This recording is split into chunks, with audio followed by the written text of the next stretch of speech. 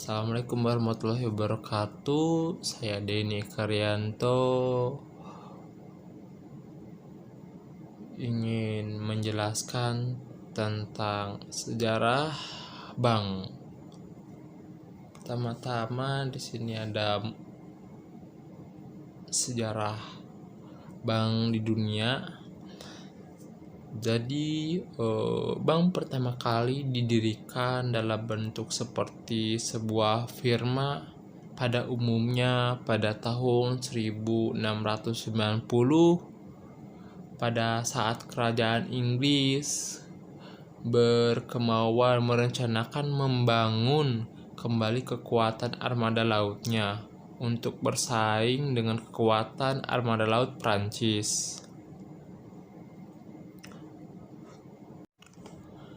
Akan tetapi pemerintahan Inggris saat itu tidak mempunyai kemampuan pendanaan. Kemudian berdasarkan gagasan William Paterson yang kemudian oleh Crisis Montagu direalisasikan dengan membentuk sebuah lembaga intermediasi keuangan dan akhirnya dapat memenuhi dana pembiayaan tersebut hanya dalam waktu 12 hari. Sejarah mencatat asal mula dikenalnya kegiatan perbankan adalah pada zaman kerajaan Lempo dulu di daratan Eropa. Kemudian usaha perbankan ini berkembang ke Asia Barat oleh para pedagang. Perkembangan perbankan di Asia Barat, Afrika, dan Amerika dibawa oleh bangsa Eropa pada saat melakukan penjajahan ke negara penjajahannya, baik di Asia, Afrika, maupun benua Amerika. Bila ditelusuri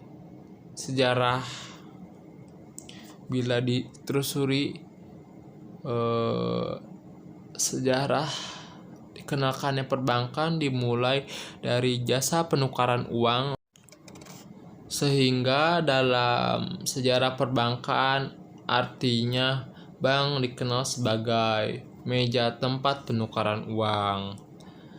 Dalam perjalanan sejarah kerajaan pada masa dulu, penukaran uangnya dilakukan antara kerajaan yang satu dengan kerajaan yang lainnya. Kegiatan penukaran ini sekarang lebih dikenal dengan nama pedagang valuta asing. Kemudian dalam perkembangan selanjutnya, kegiatan operasional perbankan berkembang lagi menjadi tempat penitipan uang atau yang sekarang disebut dengan simpanan. Berikutnya lagi, kegiatan perbankan bertambah dengan kegiatan peminjaman uang. Uang yang disimpan oleh masyarakat oleh perbankan dipinjamkan kembali kepada masyarakat yang membutuhkannya. Jasa-jasa lainnya menyusul sesuai dengan perkembangan zaman dan kebutuhan masyarakat yang semakin beragam. Baik, itulah cerita singkat sejarah bank pada saat awal mulanya muncul pada tahun 1690-an. Sejarah awal mulanya tuh dari kerajaan tersebut lah yang tadi saya ceritakan. Setelah berdirinya NHM, bermunculan bank-bank lainnya. Pada zaman kemerdekaan, bank-bank tersebut dinasionalisasikan menjadi bank umum milik negara. seperti Bank Rakyat Indonesia, Bank Dagang Indonesia, dan Bank Ekspor Impor Indonesia. Selain itu, pemerintahan Indonesia mendirikan bank baru, yaitu Bank Negara Indonesia atau yang disingkat dengan BNI. Setelah kemerdekaan Republik Indonesia, industri perbankan mengalami kemajuan yang sangat pesat. Perkembangan yang ditandai dengan adanya reregulasi era materi keuangan. Baik, selanjutnya ada sejarah bank di Indonesia. Bank di Indonesia pertama kali didirikan di Indonesia yaitu Netherlands Handelsmaatschappiij atau yang disingkat NHM pada masa pendudukan Belanda. Pendirian tersebut menggantikan kekosongan kongsi dagang VOC atau Vereniging Insurance Company yang mengalami likuidasi. Setelah pendirinya NHM, dengan adanya regulasi era Menteri Keuangan JB Sumarlin yang dikenal dengan gebrakan Sumarlin. Itulah sejarah bank di Indonesia yang sangat berkembang pada saat setelah kemerdekaan Indonesia, sangat berkembang pesat sekali. Seperti itu teman-teman. Selanjutnya ada jenis bank. Ada 3 kelompok utama: instrumen keuangan, bank komersial, lembaga tabungan, dan koperasi kredit yang juga disebut dengan lembaga penyimpanan karena sebagian besar dananya berasal dari simpanan nasabah.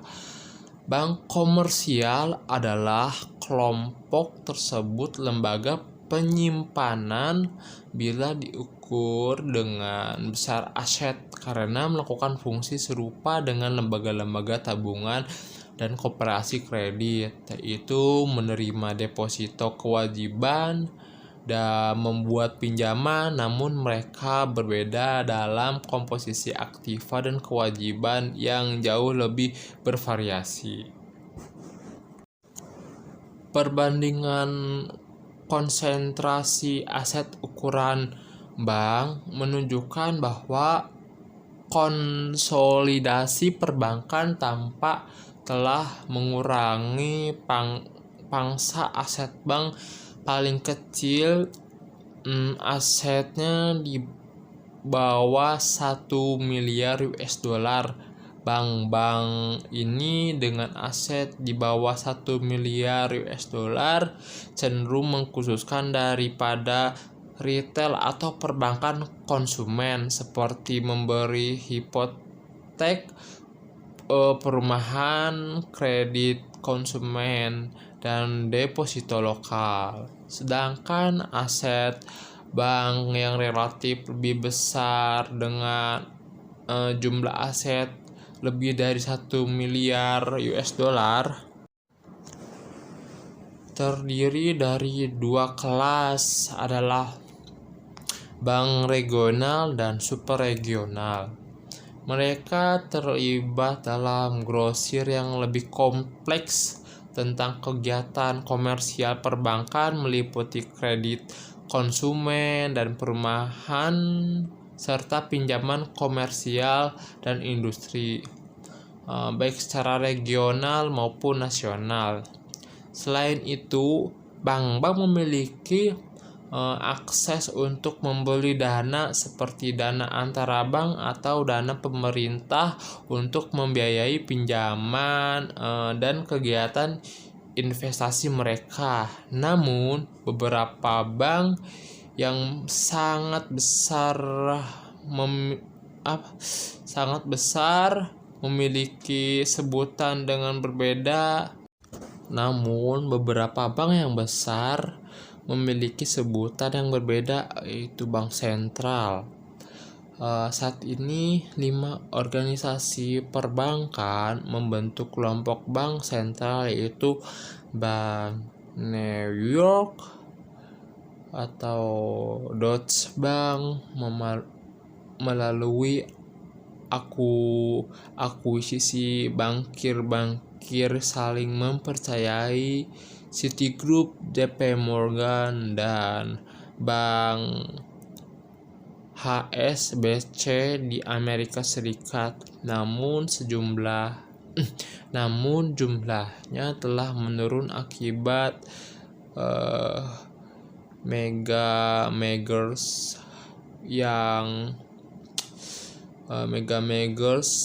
Penting untuk diperhatikan